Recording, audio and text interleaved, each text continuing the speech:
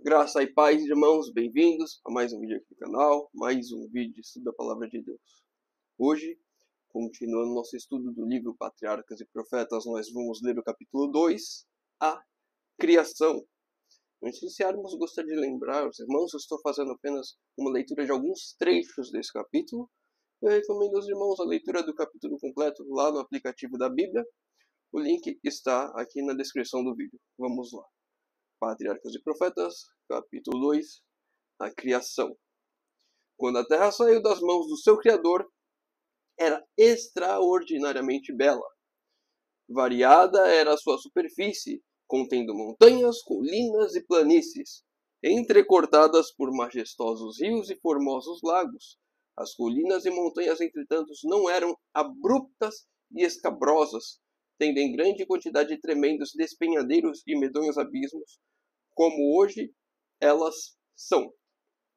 Então, nós vemos aqui que a Terra foi criada extraordinariamente bela e nós vemos que algumas coisas que hoje nós vemos não existiam.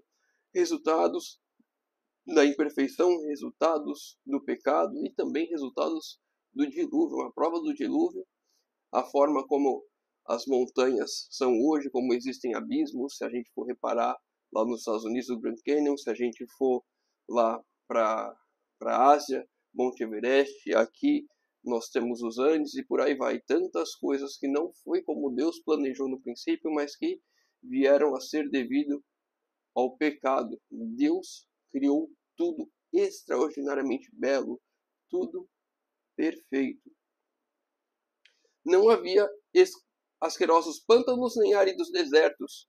Graciosos arbustos e delicadas flores saudavam a vista onde quer que estas se volvessem. Então, nós vemos aqui novamente que algumas coisas que se originaram do pecado, pântanos, acho que aqui no Brasil nós temos o Pantanal, nos Estados Unidos também tem uma região de pântanos, deserto nós temos o Saara, nós temos uma região bastante árida aqui no sertão do Brasil, nós temos regiões de deserto também na Ásia, a China tem um grande deserto, a maior parte da China é deserto. Nós vemos ali o Oriente Médio, tem bastante deserto, uma terra muito difícil. Ou seja, nós vemos que a terra que era perfeita tem hoje deformidades por conta do pecado. Algumas coisas que nós pensamos ser belos, quando nós olhamos para a natureza hoje, ainda é belo. Mas era muito mais. Era de uma forma que nós não imaginamos quando olhamos hoje. Nós não conseguimos ver a diferença, a dimensão de como as coisas eram belas, diferente, muito mais belas do que é hoje. A hoste angélica olhava esse cenário com deleite e regozijava-se com as obras maravilhosas de Deus. Os próprios anjos olhavam para a beleza da criação e ficavam felizes, se deleitavam, apreciavam. Depois que a terra, com sua abundante vinda animal e vegetal, fora suscitada à existência, o homem, a obra coroada do Criador, e aquele a quem a linda terra fora preparada, foi trazido à cena. A ele foi dado domínio sobre tudo o que seus olhos poderiam contemplar. Aqui nós vemos uma coisa importante. Deus criou tudo antes. Deus criou os astros, Deus criou a terra, os animais, a vegetação, tudo. Por último, vamos dizer assim, a cereja do bolo, o homem, a obra-prima da criação, aquilo que iria coroar a criação, aquilo que iria reinar, dominar sobre todos os outros. E nós vemos aqui uma coisa interessante, foi dado o domínio ao homem sobre tudo. Muitas vezes hoje quando nós vemos a palavra domínio e submissão, vem coisas erradas na nossa mente, deturpações por conta do pecado. O domínio de Deus sobre suas criaturas, o domínio que Deus delegou ao homem na criação, era um domínio perfeito, era um domínio bom. O domínio era cuidar.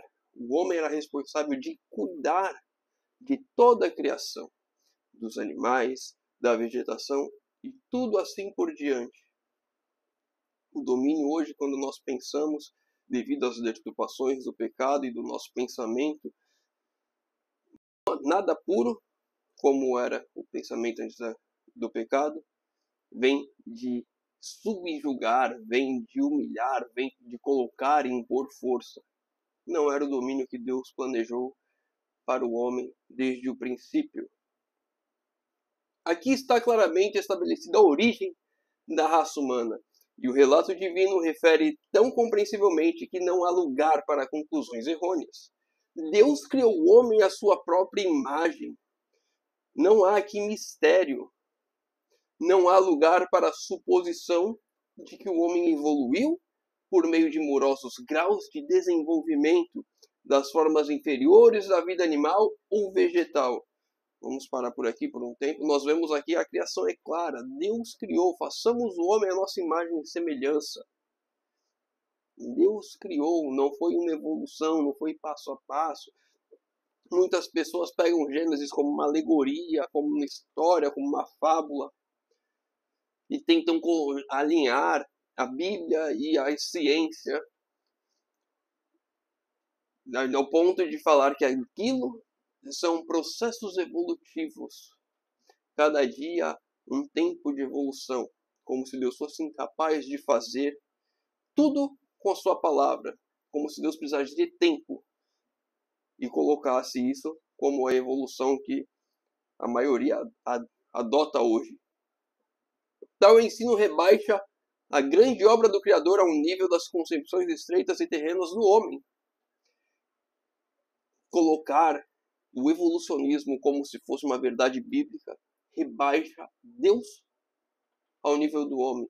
Aquilo que o homem é incapaz de fazer, aquilo que o homem é incapaz de conceber, de imaginar, ele tenta rebaixar a si mesmo para que ele possa explicar um milagre. Milagre não se explica, milagre se aceita. Os homens são tão persistentes em excluir a Deus da soberania do universo que degradam ao homem e o despojam da dignidade de sua origem. Quando nós fazemos isso, quando nós imaginamos que foi obra de uma evolução, de que Deus não fez todas as coisas como ele disse que fez, nós estamos tirando a dignidade do homem. Aquilo que Deus criou o homem à sua imagem e semelhança, mas se formos um processo de evolução, não somos a imagem e semelhança de Deus. Somos obra de um acaso. Quando nós fazemos isso, estamos rebaixando o próprio ser humano.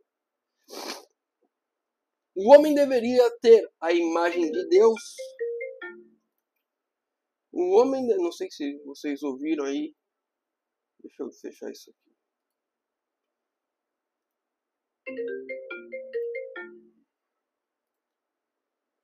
O homem deveria ter a imagem de Deus tanto na aparência exterior como no caráter. Cristo. Nossa, esse programa não faz. Espera aí. Deixa eu ver se eu consigo. Deixa eu ver aqui. Pronto. Acho que agora vai. O homem deveria ter a imagem de Deus tanto na aparência exterior como no caráter. Cristo somente é a expressa imagem do Pai. Mas o homem foi formado à semelhança de Deus. Presta atenção, vou ler de novo. O homem deveria ter a imagem de Deus tanto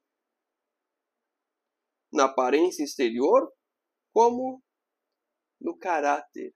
O homem deveria ser não só a imagem exterior, mas o caráter de Deus também.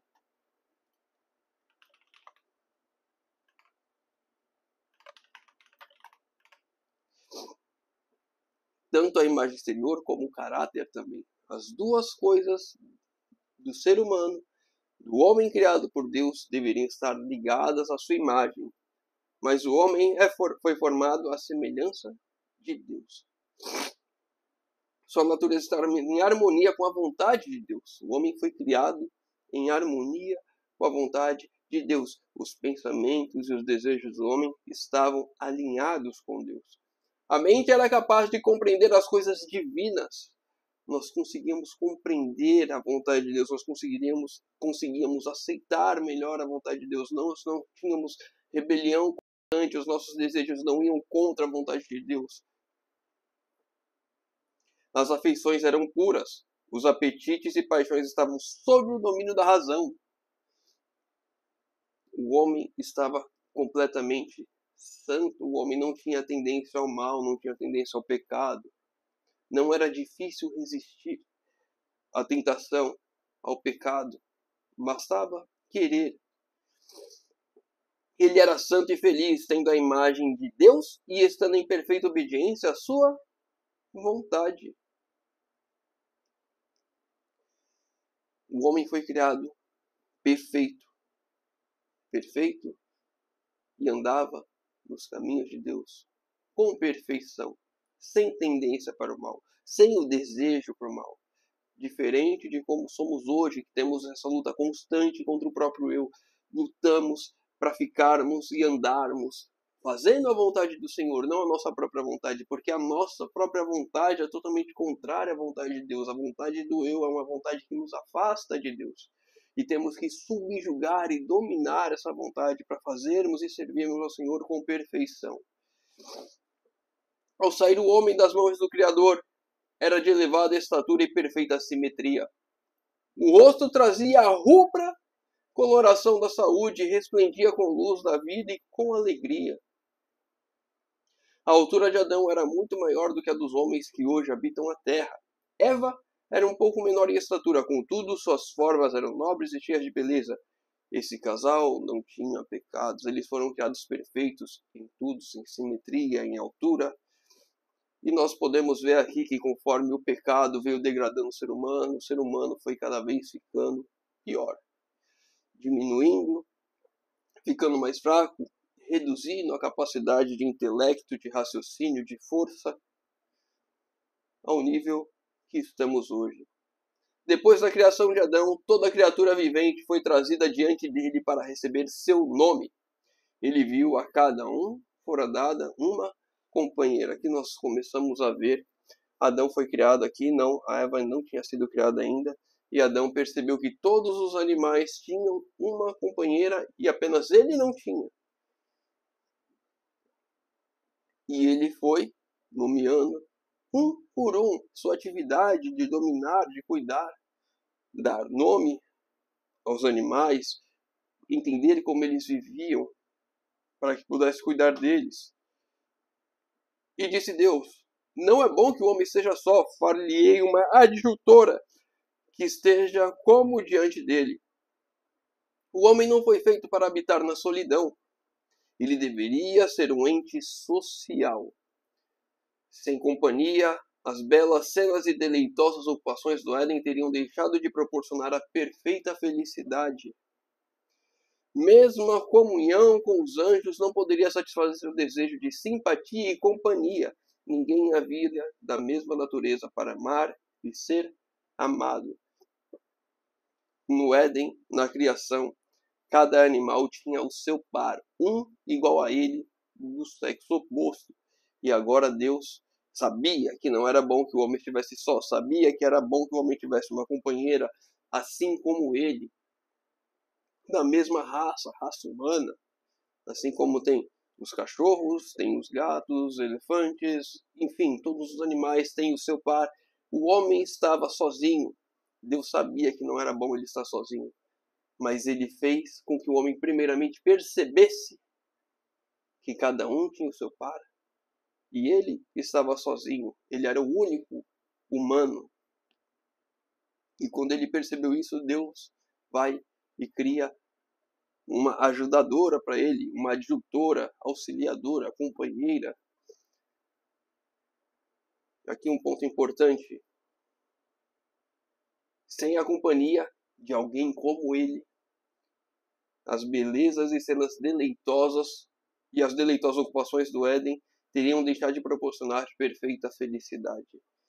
O homem sozinho seria incapaz de ser completamente feliz e observar e adorar e aproveitar a beleza e a perfeição da criação.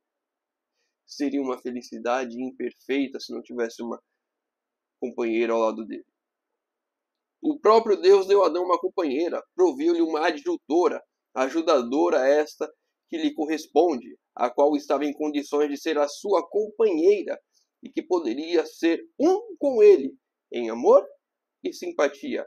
Eva foi criada de uma costela tirada do lado de Adão, significando que não o deveria dominar como a cabeça, nem ser pisada sobre os pés como se fosse inferior, mas estar ao seu lado como igual e ser amada e protegida por ele, como parte do homem, osso dos seus ossos e carne de sua carne.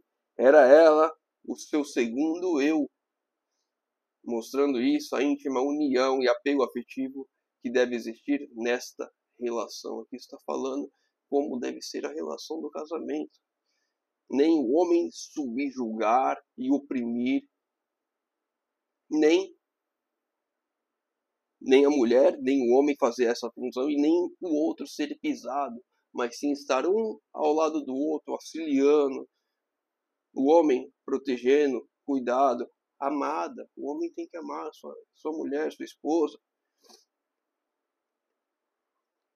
Quando os princípios divinos são reconhecidos e obedecidos nessa relação, o casamento é uma bênção. Preserva a pureza e felicidade do gênero humano, provê as necessidades sociais do homem, eleva a natureza física, intelectual e moral. Vejo que o casamento, quando divinamente orientado, quando obedecendo às leis do Criador, faz ao homem, à mulher, ao gênero humano, ao casal, e leva a natureza física, intelectual e moral. Tudo o que Deus havia feito era a perfeição da beleza, e nada parecia faltar do que pudesse contribuir para a felicidade do santo par. Deu-lhes, contudo, o Criador ainda outra demonstração de seu amor, preparando um jardim especialmente para ser o seu lar. Não faltava nada a eles, e Deus cada vez dava mais e mais coisas para que não houvesse falta de nada. Deus olhou com satisfação para a obra de suas mãos, tudo era perfeito, digno de seu autor divino, e ele descansou. Não como alguém que tivesse cansado, mas satisfeito com os frutos da sabedoria e bondade, e com as manifestações de sua glória. Deus não descansou porque ele tivesse cansado, ele descansou para mostrar ao homem como deveria ser o dia de sábado. Alguém tivesse cansado, satisfeito com os frutos de sua obra, ou seja, ele começou a apreciar a criação. Ele começou a apreciar a bondade dele. Assim como ele fez o homem, eu e você devemos fazer também no dia de sábado. Descansar dos nossos afazeres para nos conectarmos a Deus, para sermos gratos a Deus, contemplarmos a criação, estarmos esse tempo em família. Depois de repousar no sétimo dia, Deus o santificou e pô-lo à parte, como dia de repouso para o homem. Seguindo o exemplo do Criador, deveria o homem repousar nesse santo dia, a fim de que ao olhar para o céu e para a terra pudesse refletir na grande obra da criação de Deus, e para que, contemplando as provas de sabedoria e bondade de Deus, pudesse seu coração encher-se de amor e reverência com o Criador. Quando nós contemplamos a obra do Senhor, quando nós vemos o amor de Deus para conosco, fica muito mais fácil nós sentirmos amor para com Deus também, nós sermos verdadeiramente fiéis. Deus viu que o repouso era essencial para o homem, mesmo no paraíso. Mesmo antes do pecado, o repouso era essencial para o homem, e você precisamos descansar, desligar um pouco a nossa mente das tantas tarefas que fazemos durante a semana. Ele necessitava pôr de lado seus próprios interesses e ocupações durante um dia dos 7, para que pudesse de maneira mais ampla contemplar as obras de Deus e meditar em seu poder e bondade. Necessitava de um sábado para, de maneira mais vívida, o fazer lembrar de Deus e para despertar-lhe gratidão. O que muitas vezes acontece no mundo hoje é que a maioria das pessoas esquecem de Deus, não tem tempo para Deus. E Deus, já sabendo disso, mesmo antes do pecado, separou um dia para que o homem pudesse se conectar com Deus, para que o homem reservasse tempo a Deus, para que o homem fizesse a vontade de Deus, para que o homem pudesse amar a Deus e ver o amor de Deus para com ele. Nossos primeiros pais, se bem que criados, inocentes e santos, não foram colocados fora da possibilidade da prática do mal. Deus os fez como entidades morais livres, capazes de apreciar a sabedoria e benignidade do seu caráter e a justiça de suas ordens, e com ampla liberdade de prestar obediência ou recusá-la. Assim como os anjos, o homem era um ser livre. O homem tinha, sim, a possibilidade do mal. O homem poderia escolher obedecer ou não. Só que antes do pecado, era algo muito mais natural obedecer. Não tinha as tendências pecaminosas. Deviam desfrutar a comunhão com Deus e com os santos anjos, antes, porém, que pudessem tornar-se eternamente livres de perigo. Devia ser provada sua fidelidade. No início, mesmo na existência do homem, um empecilho fora posto ao desejo de satisfação própria, paixão fatal, que está na base da queda de Satanás. O homem, antes que ele pudesse estar completamente livre da tentação, ele tinha que passar por uma prova. Ele não podia simplesmente ser retirado dessa prova, porque senão ele não teria liberdade de escolha, seria como robôs.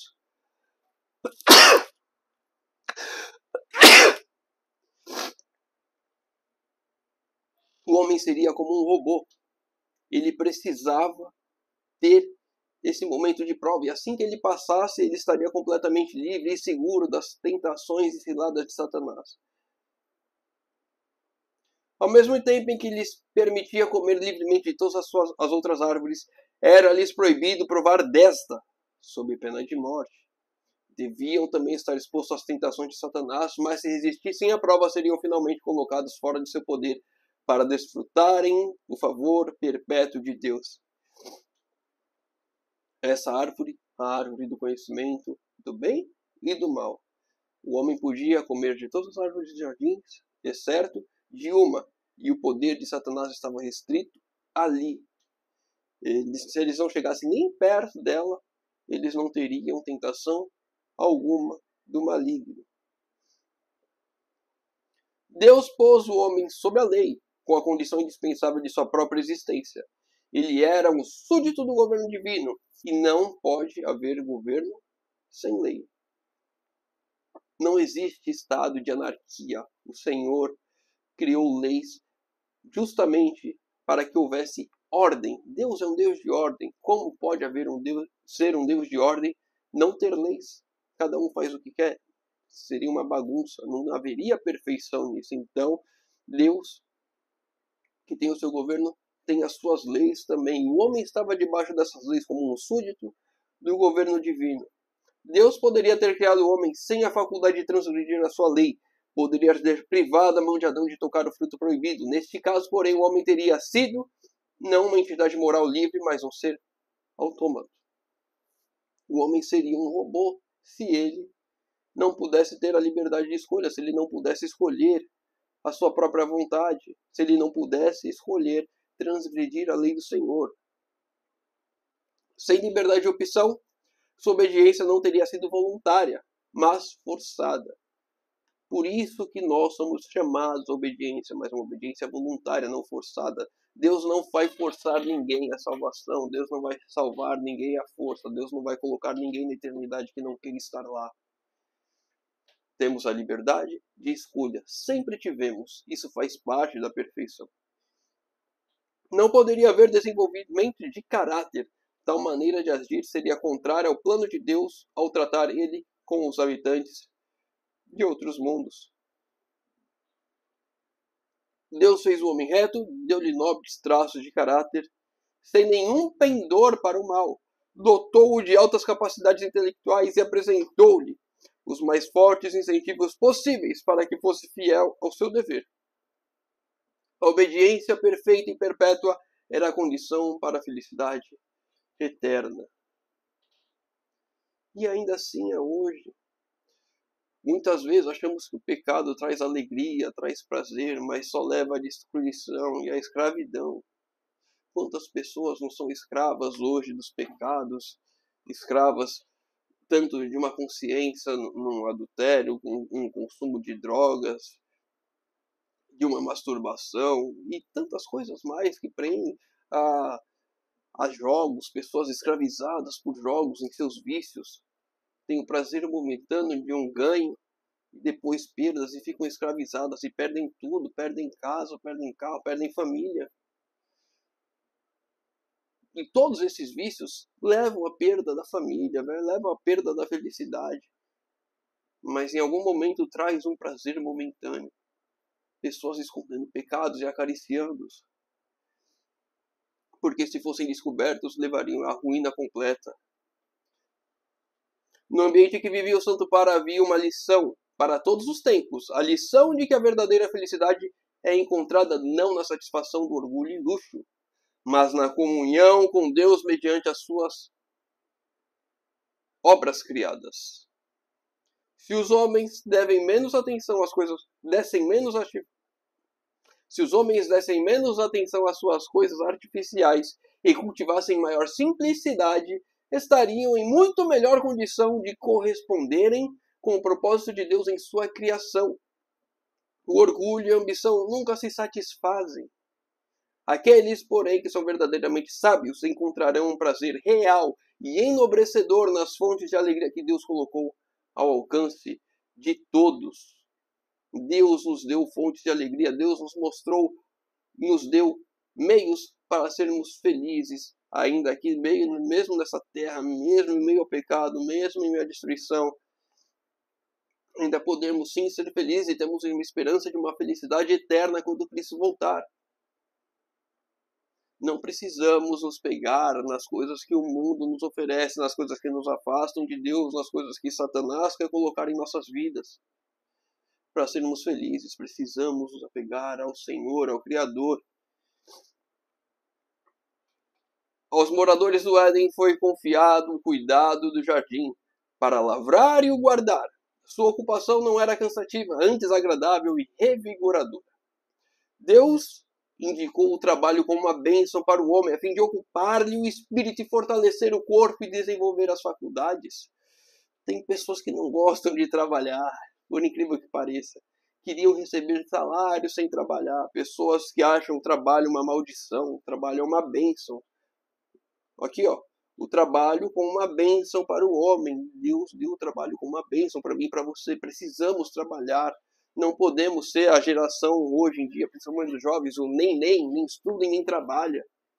Misericórdia de nós, precisamos estar desenvolvendo nosso intelecto, precisamos trabalhar, precisamos estudar, precisamos nos desenvolver. Isso faz parte dos planos de Deus para a nossa vida, uma bênção para nós crescermos mentalmente, intelectualmente, espiritualmente. Na atividade mental e física, Adão encontrava um dos mais elevados prazeres de sua santa existência. Atividade mental e física, estudo e trabalho. E quando, como resultado de sua desobediência, foi ele expulso de seu belo lar e obrigado a lutar com o obstinado solo para ganhar o pão cotidiano, aquele mesmo trabalho, se bem que grandemente diverso de sua deleitável ocupação no jardim, foi uma salvaguarda para a tentação e fonte de felicidade. Mesmo após o pecado, o trabalho ainda era uma bênção ao homem, uma salvaguarda contra a tentação. Aquele ditado popular que diz: mente vazia, oficina do diabo, é uma realidade. Precisamos estar com a mente ocupada de coisas boas. Não podemos deixar nossa mente a bel prazer dela seguir a sua própria vontade, que só virão coisas ruins, só virão coisas que nos afastam de Deus. Aqueles que consideram o trabalho como maldição, acompanhado embora do cansaço e dor, estão acalentando um erro. Os ricos frequentemente olham com desdém para as classes trabalhadoras, mas isso está inteiramente em desacordo com o propósito de Deus ao criar o homem. Precisamos trabalhar. Precisamos nos desenvolver. E não devemos olhar com desdém para nenhum trabalho. O trabalho é uma bênção, o trabalho dignifica o homem, o trabalho não faz com que o homem seja um instrumento aleatório nas mãos de Satanás. Para a gente encerrar o último trecho, enquanto permanecem fiéis à lei divina, sua capacidade para saber, vivenciar e amar cresceria continuamente, estariam constantemente a adquirir novos tesouros de saber, a descobrir novas fontes de felicidade, a obter concepções cada vez mais claramente incomensurável, infalível amor de Deus. Enquanto permanecesse fiel à lei de Deus, o homem continuaria crescendo em amor e em graça e cada vez mais. Hoje ainda podemos, mas com muita luta, devido aos pecados, devido à nossa tendência natural ao mal, mas ainda podemos continuar sim crescendo em graça, em intelecto e nos aproximando cada vez mais do Senhor. Vamos encerrar por aqui. Se o irmão ficou com alguma dúvida, deixa nos comentários. Se o irmão tem alguma outra dúvida qualquer da palavra, deixa nos comentários. Pedidos de oração, nos comentários estarei lendo, respondendo e orando por todos. Convido os irmãos que puderem a fechar os olhos para falarmos com Deus. Pai amado, Deus eterno, graças, Senhor, por mais alguma oportunidade que temos de estarmos diante de Ti, de estudarmos, de buscarmos ao Senhor. Pai querido, por favor, nos ajude, Senhor, a compreendermos por completo a Tua palavra. Nos ajude, Senhor, a colocarmos em prática esses ensinos, que possamos, Senhor, compreender que somos a imagem Tua, Senhor amado. Que fomos criados à imagem Tua, perfeição em aparência e em caráter, Senhor. Que possamos, Senhor, não desmerecer as obras de Tuas mãos que somos. Que possamos, Senhor, compreender que o Senhor é bom e justo. Que o Senhor nos deu tudo o que precisamos para sermos felizes. Que o Senhor quer que nós estejamos sempre crescendo em graça, que precisamos trabalhar, que é uma bênção a nós, uma bênção que o Senhor nos deu, Senhor amado, por favor. Nos ajude, Senhor, a compreendermos o quão é abençoado um casamento que segue a Tua vontade. Por favor, Pai amado, nos ajude, Senhor, a encontrarmos a pessoa certa, a estar no nosso lado. E se nós estamos com a pessoa, que o Senhor venha abençoar, Senhor, o nosso relacionamento. Venha nos direcionar, venha, Senhor, fazer com que a Tua vontade se cumpra em nossas vidas, Senhor amado. Que possamos ter uma bênção como casal, a nós mesmos, a sociedade. E aqueles que ainda não estão casados, que assim sejam, Senhor amado, quando encontrarem o seu parceiro. Por favor, Pai amado, usa-nos como instrumento em Tuas mãos, Senhor, para levar essa mensagem de salvação a outras pessoas, por favor. Te pedimos em nome de Jesus. Amém. Meu irmão, fica com Deus e que Deus te abençoe.